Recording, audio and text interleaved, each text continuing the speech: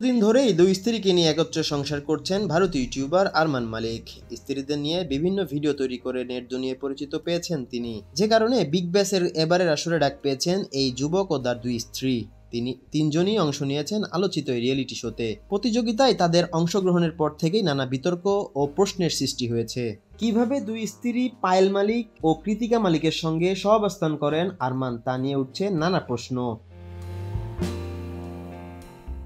সামাজিক যোগাযোগ মাধ্যমে বহুগামিতা নিয়েও চলছে আলোচনা।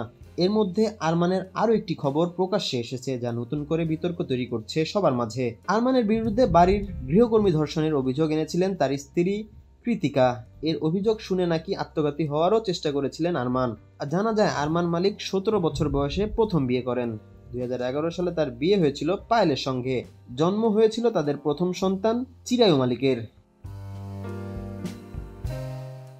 এরপর স্ত্রী পায়েলের বান্ধবী কৃতিকাকেও বিয়ে করেন আরমান, সেটাও পায়েলের ডিভোর্স না দিয়েই। 2018 সালে বিয়ে হয়েছিল কৃতিকা আর আরমানের। এরপর থেকে দুই স্ত্রী নিয়েই সুখে সংসার করছেন এই যুবক। তাদেরকে নিয়ে নিয়মিত ভিডিও তৈরি করে আপলোড দিচ্ছেন সামাজিক যোগাযোগ মাধ্যমে।